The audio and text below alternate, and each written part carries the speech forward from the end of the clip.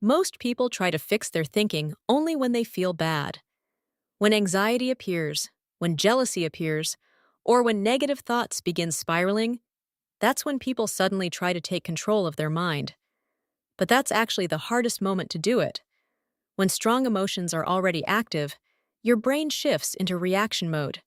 It becomes focused on protection, defense, and survival. Your body releases stress hormones, your thoughts speed up, and the emotional part of your brain becomes much louder than the logical part. In that state, trying to suddenly think calm, balanced thoughts can feel almost impossible. This is why many people feel like they lose control once a negative spiral begins. But emotional intelligence works in a different way. The real training doesn't happen in the middle of emotional chaos. It happens during the quiet moments, the moments when you feel calm, clear, and emotionally stable. Those are the moments when your mind is flexible enough to build new patterns. Think of your thoughts like pathways in the brain. The more often you travel a certain pathway, the easier it becomes for your brain to return there. If someone spends years repeating thoughts of doubt, worry, or fear, those pathways become automatic. When stress appears, the brain follows the familiar route.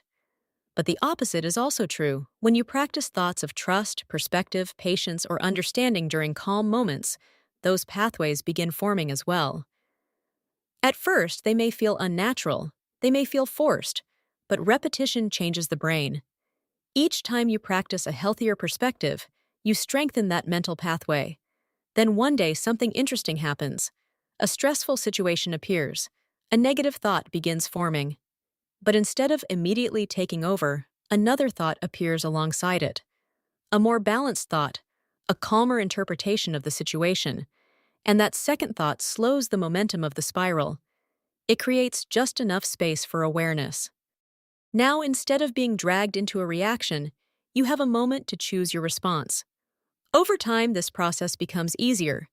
The awareness arrives faster. The replacement thoughts become more natural. And emotions that once felt overwhelming become something you can redirect. This doesn't mean negative emotions disappear. They are part of being human. But your relationship with them changes.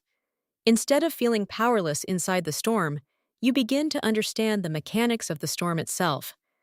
And once you understand how emotional momentum works, you gain something incredibly valuable: the ability to guide your mind instead of being controlled by it. That is why practicing better thoughts when you feel good is so important.